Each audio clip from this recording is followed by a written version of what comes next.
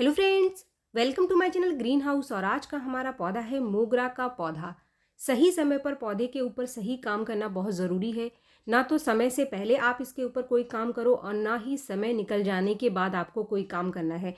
अगर इन दोनों ही कंडीशन में आप अपने पौधे के ऊपर काम करते हैं तो आपका पौधा पूरी तरीके से सूख सकता है। तो फ्रेंड्स, फरवरी का महीना शुरू हो चुका है और अगर आपके एरिया का जो टेम्परेचर है वो 20 डिग्री से ऊपर जाना शुरू हो चुका है तो ये बहुत सही समय है दोबारा से मोगरा के पौधे के ऊपर काम करने का, इसको दोबारा से खाद पानी देने का और इसको फिर से एक्टिवेट करने का कि ये नई ब्रांच निकाले और फिर से फूल देना शुरू कर दे।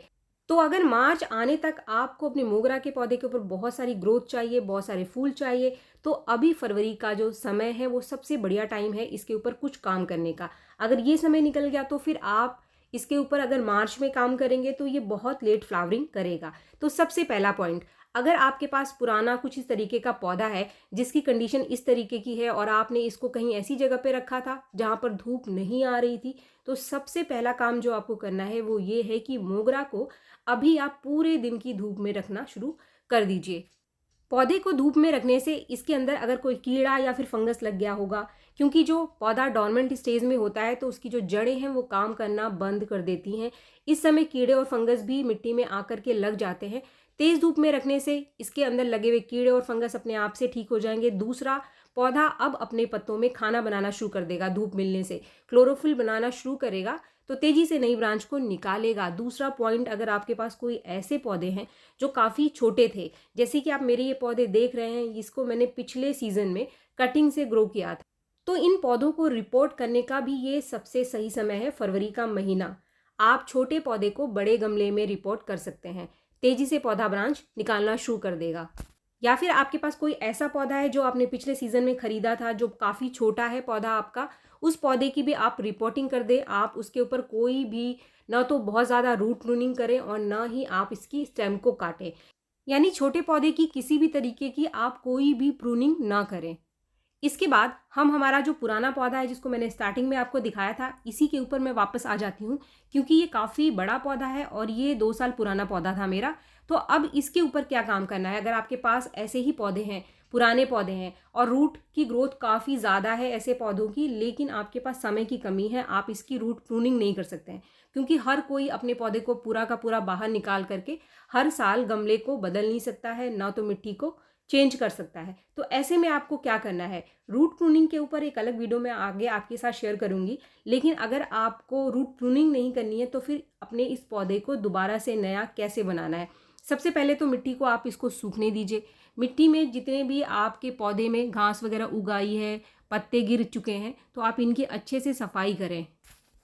इसके बाद ऐसे पौधे में जितने भी पुराने पत्ते हैं जो कि सूख चुके हैं, जिनका कि रखने का कोई फ़ायदा नहीं है, तो ऐसे पत्तों को आप निकाल दीजिए। लेकिन अभी भी इसके अंदर कुछ ऐसे पत्ते हैं जो काफ़ी हरे हैं, उनको आप अभी छोड़ दो, अभी उसको आपको नहीं निकालना है, यानी सारे के सारे पत्ते आप ऐसे पौधे के बिल्कुल भी ना निकालें। इसके बाद इसमें कोई ऐसी ब्रांच है जो कि पूरी तरीके से सूख चुकी है, पूरी तरीके से ख़राब हो गई है, उस ब्रांच को आप काट करके निकाल दो।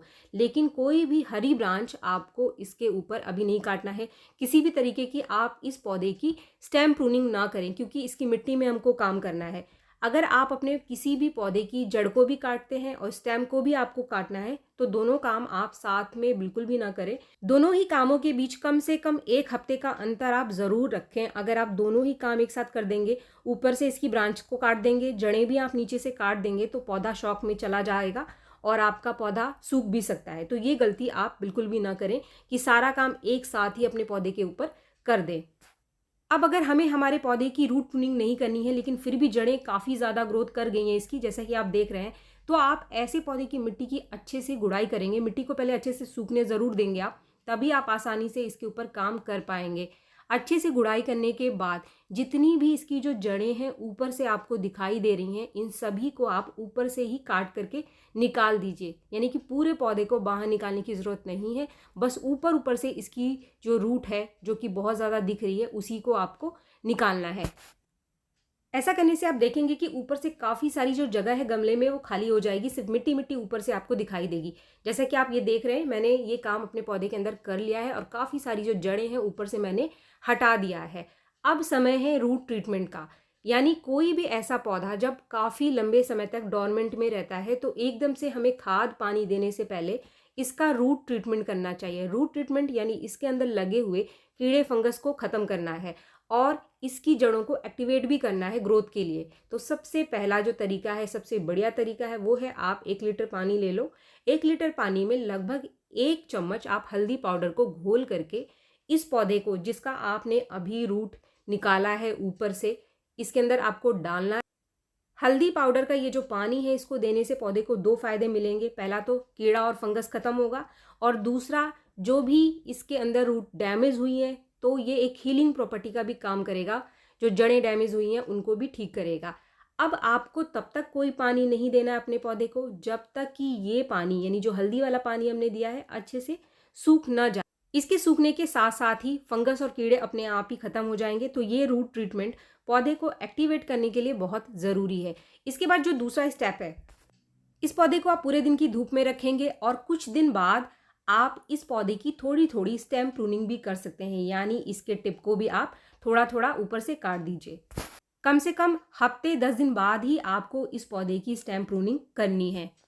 आप देखेंगे कि मार्च आते आते आपका ये पौधा अनगिनत सैकड़ों कलियों से भर जाएगा और पूरी गर्मी आपका मोगरा अनगिनत फूलों से भरा रहेगा और इतने फूल खिलेंगे कि आप सोच भी नहीं सकते हैं। इसके बाद जो दूसरा स्टेप है हमारा, दूसरा जो तरीका है कि अगर आपके पास कोई ऐसा पौधा है जो काफ़ी बड़ा है लेकिन इसके अंदर आपको किसी भी तरीके का कोई रूट प्रूनिंग नहीं करना है, आप बिल्कुल भी इसकी जड़ों को कोई भी नुकसान नहीं पहुंचाना चाहते हैं, इसको काटना नहीं चाहते हैं, लेकिन आपको गमला भी नहीं बदलना है, तो ऐसे में आपको क्या करना है कि इस पौधे की आपको अच्छे से सफाई कर लेनी है और इस पौधे को भी आपको तेज़ धूप वाली जगह पे रख देना है। यानी मोगरा के जितने भी पौधे हैं आपके पास, चाहे वो छोटा पौधा है, बड़ा पौधा है, सबको अब आपको अच्छी धूप वाली जगह पर ही रखना है। दूसरे स्टेप में आप इस पौधे की मिट्टी की भी अच्छे से गुड़ाई कर देंगे। गुड़ाई करने के बाद हम इस पौधे की स्टेम प्रूनिंग भी कर सकते हैं। स्टेम प्रूनिंग करने का सही तरीका क्या है कि जितनी भी इसके अंदर ब्रांचेस हैं, इसको कम से कम ऊपर से आप 3-3, 4-4 इंच कट करके निकाल दो। लेकिन स्टार्टिंग में स्टेम प्रूनिंग आपको उसी पौधे की करनी है जिसकी जड़ों को आपने कोई भी कटिंग नहीं करी है, जिसकी ना तो रूट प्रूनिंग करी है आपने और ना ही जड़ों को ऊपर से भी निकाला है, जैसा कि मैंने आपको पहले पौधे में करके दिखाया था। स्टेम प्रूनिंग करने से तेजी से आपका जो पौधा है वो नई ब्रांचेस को निकालेगा और पहले से 3 गुना ज़्यादा ब्रांचेस को निकालेगा, यानी पौधा आपका पहले से 3 गुना ज़्यादा घना हो जाएगा। फ्रेंड्स, अगर आप अपने पौधे की प्रूनिंग करते हैं और आपको हेल्दी ब्रांच मिलती है तो इन ब्रांच को आप फेंकना मत। इसकी कटिंग को भी आप इस समय ग्रो कर सकते हैं क्योंकि अब मोगरा का ग्रोइंग टाइम शुरू होता है, तो इसलिए फरवरी में आप मोगरा की कटिंग को ग्रो कर सकते हैं अगर आप अपने पौधे की ब्रांच की प्रूनिंग करते हैं।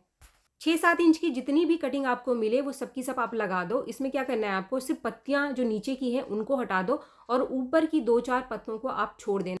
इससे ऊपर से जो टहनियाँ हैं वो सूखती नहीं है और सिर्फ 1 या 2 इंच जो नीचे का हिस्सा है इसको आप मिट्टी में धंसा दो। मिट्टी आप किसी भी तरीके की ले सकते हैं, भुरभुरी रेतीली मिट्टी का इस्तेमाल कर सकते हैं आप, या फिर आप कोकोपीट का इस्तेमाल करके भी इसकी कटिंग को ग्रो कर सकते हैं। इसके बाद इस वीडियो में जो चीज़ मैं आपके साथ शेयर कर रही हूँ ये एक बहुत ही बढ़िया नेचुरल इंसेक्टिसाइड और फंगीसाइड है। ये है दालचीनी का लिक्विड। दालचीनी के कुछ टुकड़ों को आप 3-4 दिन के लिए पानी में भिगो करके रख दो।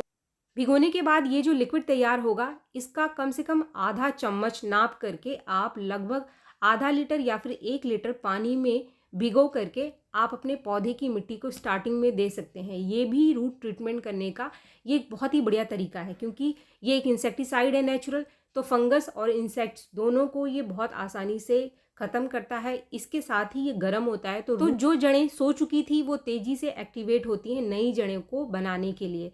जितनी तेज़ी से पौधा नई जड़ें बनाएगा उतनी ही तेज़ी से नई ब्रांचेस को निकालेगा। तो फ्रेंड्स, ये जो चीज़ें मैंने आपको बताई हैं अभी फरवरी में आप ज़रूर कर लें। मार्च आते आते आपका मोगरा बहुत सारे फूलों से भर जाएगा, बहुत सारी नई ब्रांच निकल करके आएगी और बहुत सारी ग्रोथ भी आपको अपने पौधे के अंदर मिलेगी। वीडियो अगर आपको पसंद आए तो एक लाइक ज़रूर करें और मेरे चैनल को आपने अब तक सब्सक्राइब नहीं किया है तो मेरे चैनल को सब्सक्राइब भी ज़रूर कर लें। मिलते हैं मेरे नेक्स्ट वीडियो में, तब तक के लिए थैंक यू।